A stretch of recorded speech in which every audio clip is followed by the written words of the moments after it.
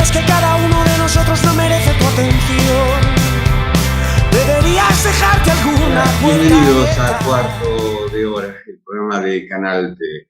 El presidente de Estados Unidos, Joe Biden, se encuentra bajo una creciente presión para empezar a levantar las sanciones sobre Venezuela, después de que su par Nicolás Maduro liberara a 2 presos norteamericanos y prometiera reanudar las negociaciones con la oposición. La decisión de Maduro fue consecuencia de un sorpresivo viaje a Caracas de funcionarios de alto rango de la Casa Blanca y del Departamento de Estado, encabezados por Juan González, que es el responsable para América Latina del Consejo Nacional de Seguridad. En los últimos 5 años, Estados Unidos ha aplicado con escaso éxito, digámoslo, desde duras sanciones petroleras hasta cargos penales y apoyó a la oposición venezolana para restaurar la democracia en ese país. La invasión rusa a Ucrania ha trastocado el orden mundial y Estados Unidos revé ahora sus prioridades, las prioridades en materia de seguridad nacional. Los estados petroleros considerados hostiles, que están bajo sanciones, como es el caso de Venezuela, es el caso de Irán, podrían sacar provecho de esta situación para aliviar el veto a las importaciones del crudo ruso y los precios en alza. Este es el dilema de Estados Unidos.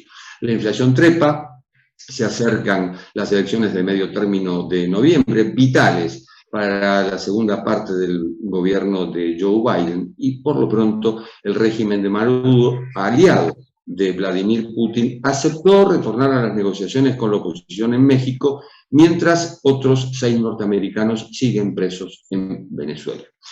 Frente a este panorama estamos con Carolina Jiménez Sandoval, que es presidenta de la oficina en Washington para asuntos latinoamericanos, de Washington Office on Latin America, por sus siglas en inglés más conocido como WOLA. Es un centro de estudios y promoción de los derechos humanos y de la democracia en América Latina y el Caribe. Hola, Carolina. Un gusto saludarte, Jorge, a ti y a la audiencia. Lo mismo digo. ¿Significa este movimiento de piezas, apresurado por supuesto a raíz de lo que ocurre en Ucrania, un abandono de los pilares de Estados Unidos de los últimos años, sobre todo con respecto a Venezuela? No creemos que haya un abandono en cuanto a los fines, ¿no?, de la política exterior de Estados Unidos hacia Venezuela, que en el gobierno de Biden, y lo ha dicho con mucha claridad, ha sido el de promover, ¿no?, democracia y respeto por los derechos humanos de los venezolanos. Lo que creemos es que podríamos estar frente a un cambio en la forma de hacer política, ¿no?, más que en el abandono de sus metas u objetivos estratégicos en cuanto a su política exterior. Si bien, digamos que durante casi todo el primer año, ¿no?, de la administración Biden hemos visto una administración más o menos que ha continuado, ¿no?, la misma política de sanciones, de muy poca comunicación con la administración de Nicolás Maduro. Lo que estamos viendo ahora, pues, obviamente es un contacto directo, ¿no?, como bien tú lo decías en la antesala, a través del envío de diplomáticos de alto rango, y bueno, la posibilidad, ¿no?, de que a través de ese contacto se reanuden las negociaciones en México que fueron suspendidas justamente por Maduro mismo. ¿Crees que Juan Guaidó tiene menos apoyo de Biden que el que tuvo del gobierno de Donald Trump? El gobierno de Biden no ha quitado el reconocimiento formal, ¿no?, que hizo el gobierno de Trump a Juan Guaidó como presidente interino. Entonces no ha habido, no, en ningún momento, y lo hemos visto que a través de diferentes voces de su gobierno lo ha recalcado, no ha habido un cambio en cuanto a su política de reconocimiento. Ahora bien, el presidente Biden, a diferencia de la presidencia de Trump, sí ha dicho que su estrategia no es la estrategia de la máxima presión, ¿no?, que es como se le denominaba a la política de Trump sobre Venezuela, con la idea de que a través de sanciones muy, muy duras se derrumbaría automáticamente el gobierno autoritario, ¿no?, que ejerce Nicolás Maduro sobre Venezuela. Y bueno, creo que es bastante claro que eso no sucedió. El gobierno de Biden sí tiene una apertura diferente en cuanto a la posibilidad de que se realicen negociaciones que pueda conducir a cambios graduales de redemocratización, ¿no? Que pudiesen terminar en una transición pacífica hacia la democracia. Es, ¿Es más difícil lidiar con Maduro o lidiar con la oposición venezolana, que cuando llegan las elecciones no se ponen de acuerdo y termina debilitándose? Es bastante claro, y esto no es un secreto para nadie, que la fragmentación y la desunidad, la falta de unidad de la oposición venezolana siempre ha sido un punto a favor, ¿no? de la concentración de poder que ejerce Nicolás Maduro, ¿no? Una oposición que no está unida, que está fragmentada, pues sí tiene muchísimo menos posibilidad de ejercer un frente común, ¿no? Frente al autoritarismo de Maduro.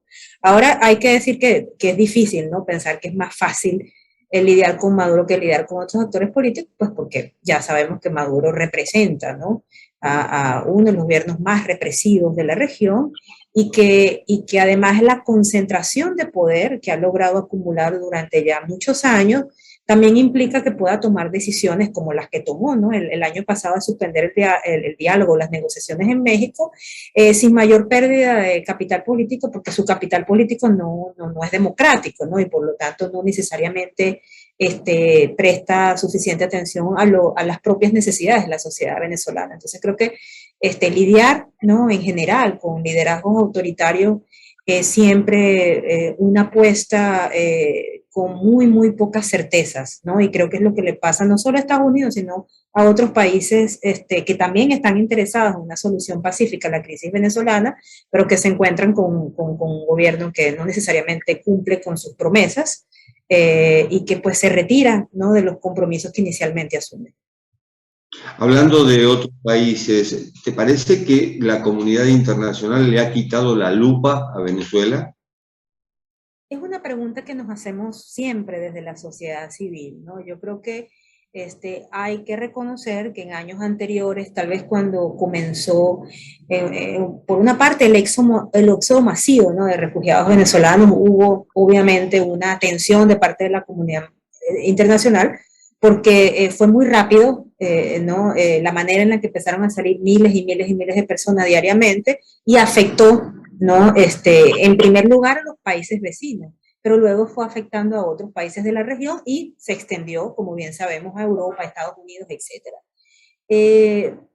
Eso aunado a pues, las protestas que fueron masivas en el 2017, en el 2019, y que fueron reprimidas de forma muy brutal, generó también un consenso a la hora de generar mecanismos de justicia, como la creación de una misión de investigación de parte de la ONU, el examen preliminar que se hizo ante la Corte Penal Internacional, que ya eventualmente se convirtió en una investigación formal, que nos hacían pensar que había una comunidad internacional muy comprometida con el caso venezolano.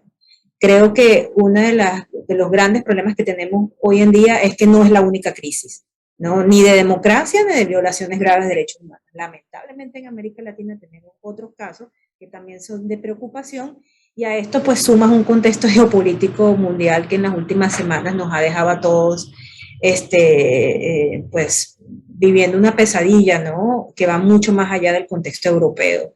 Así que es probable que todas estas otras crisis paralelas que el mundo vive efectivamente generen una menor atención sobre el contexto venezolano.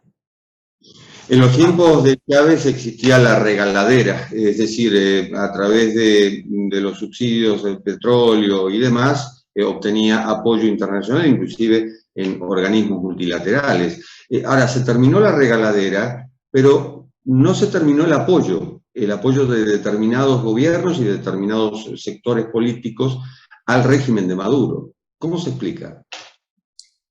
Yo creo que hay unas alianzas que son políticas que van más allá de lo ideológico, que es lo que se suele pensar, ¿no? Bueno, el apoyo ideológico de ciertos líderes o de ciertos gobiernos de la región o del mundo hacia Maduro sigue siendo el mismo porque hay una alianza ideológica que no se rompe, ¿no? Que no se quebranta nunca. Es cierto que hay ya alianzas muy establecidas entre Venezuela y Nicaragua, por ejemplo, ¿no? Que es probablemente el ejemplo más común, pero también es cierto que hay intereses económicos de élites, ¿no? Cercanas a los gobiernos, que van más allá de lo ideológico. La alianza, ¿cómo se explica la alianza turca venezolana? No puedes realmente hablar de que allí hay dos ideologías políticas en común, pero sabemos que hay, ¿no? Intereses comerciales, apoyos políticos que son importantes y que se han mantenido en el transcurso del tiempo. Así que creo que los gobiernos de esta naturaleza construyen alianzas que van mucho más allá de lo ideológico y que se mantienen en el tiempo porque hay intereses tanto económicos como otro tipo de intereses a través de élites cercanas a los gobiernos que sienten que son necesarias seguir manteniendo a pesar de los cambios que se dan, incluso no en su capacidad petrolera, etcétera. Carolina, ¿el cambio político vendrá por fuera o vendrá por dentro? Creo que definitivamente no puede haber un cambio dentro de Venezuela sin las y los venezolanos, ¿no? O sea, es siempre una sociedad y son sus ciudadanos quienes tienen la primera y la última palabra a la hora de decidir un cambio político. No cabe duda que la presión internacional y el apoyo a la comunidad internacional hacia factores democráticos, hacia la sociedad civil venezolana es indispensable. O sea, el hecho de que debe estar en las manos de las y los venezolanos el cambio no quiere decir que deban dejarlos solos, ¿no? Que es como una de esas grandes preocupaciones que hay por lo que hablábamos antes, ¿no? De las múltiples crisis que pasan en el mundo, la de Venezuela se convierte en otra, ¿no? Pero no en una de las principales. Creo que esa combinación, ¿no? De una sociedad que está cansada, que está agotada de una crisis que se ha hecho muy prolongada, junto a una presión internacional decidida que apoya procesos de reconstrucción democrática, sería, ¿no? la mejor combinación para salir de esta crisis que, insisto, al final del día afecta principalmente a millones de venezolanos que no pueden tener un proyecto de vida digna en las condiciones actuales. Es que, a ver, hablaste de una sociedad cansada y se nota en Venezuela y en otros países un desencanto con la democracia y un desencanto tanto con los partidos de gobierno o las coaliciones de gobierno y la oposición. Es como que no hay salida o no ven salida en realidad. Yo creo que en el caso venezolano ese cansancio es aún más agudo porque es un país que vive una emergencia humanitaria compleja, un país con la inflación más alta del mundo, con una gran falta de capacidad de consumo, ¿no? O sea, Venezuela es un país con 1/3 de su población en una situación de inseguridad alimentaria y con 6,1 millones de personas que han salido del país en un periodo de corto muy tiempo. Entonces, cuando tú colocas todos esos indicadores, y además en un contexto de un gobierno muy represivo, pues obviamente es muy difícil que la población no se despolitice, ¿no? Porque una buena parte de la población está realmente pensando en cómo suplir sus necesidades más básicas, ¿no? Desde la alimentación hasta la salud. Y eso sí genera procesos de agotamiento frente a la polis, ¿no? Frente al mismo ejercicio de la política, ya sea como participante directo o incluso como votante, ¿no? Esto no quiere decir que las y los venezolanos no estén preocupados por su destino. Creo que el cansancio viene un poco frente a las instituciones tradicionales, tanto el gobierno de facto propiamente como los partidos políticos. Lo has dicho muy claramente, hay un descontento, hay un agotamiento de la capacidad de muchas personas de realizar marchas, demostraciones, manifestaciones. Esas son cosas que se han ido, ¿no? Acabando al menos en su naturaleza masiva. Pero en Venezuela todos los días hay una pequeña protesta por falta de servicios básicos en una comunidad o en otra, porque se asesina a un joven querido en una comunidad determinada. O sea, sigue siendo un país que rechaza, ¿no?, el status quo y lo que sucede a diario. Solo que la forma en que se canaliza ese descontento ha cambiado a través de los años, justo por el descontento que hay con las instituciones, con los partidos, etcétera. Pero sin duda que la emergencia humanitaria ha tenido un gran impacto en las y los venezolanos y en la manera en cómo pueden expresarse políticamente. Como promotora de la democracia y de los derechos humanos, ¿sentís impotencia en algún caso o frustración en algún caso por la situación de Venezuela? Creo que frustra siempre ver que los gobiernos autoritarios, en este caso el venezolano, pero otros también van consolidando su poder con el paso de los años, ¿no? Hace algunos años, si hubiésemos tenido esta conversación, Jorge, te hubiese dicho que tal vez estábamos animados por algunos cambios posibles, pensábamos que podían, ¿no?, generarse un contexto más democrático, sentíamos que había mucha más atención internacional al caso venezolano.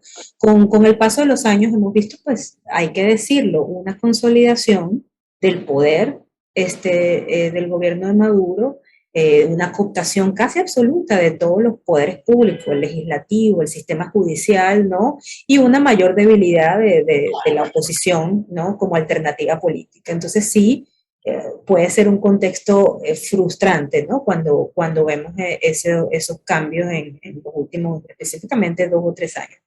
No obstante, también creo que cuando se abren las oportunidades, como lo que fue la mesa de negociación en México, la propia llegada de diplomáticos estadounidenses a Caracas, ¿no?, se renuevan los debates, ¿no?, y comienzan a haber discusiones en la sociedad, entre los actores políticos, sobre la posibilidad de ir buscando por lo menos algunas soluciones parciales a la crisis. Entonces, creo que nos movemos un poco en un vaivén de frustración, porque también es real, el agotamiento genera frustración, pero también vemos que hay oportunidades que, si son bien usadas, podrían, ¿no?, llevarnos a un proceso de democratización que es absolutamente necesario en nuestros tiempos. Eso se llama ver el vaso medio lleno. Pues sí, esperemos que esté más lleno que vacío. Muchas gracias, Carolina. Gracias a ti, Jorge. Un gusto. Y así concluimos este cuarto de hora de Cadal TV. Nos vemos en la próxima. Tienes un concepto equivocado de la gente que gobiernas y crees que cada uno de nosotros no merece tu atención. Deberías dejarte alguna puerta abierta.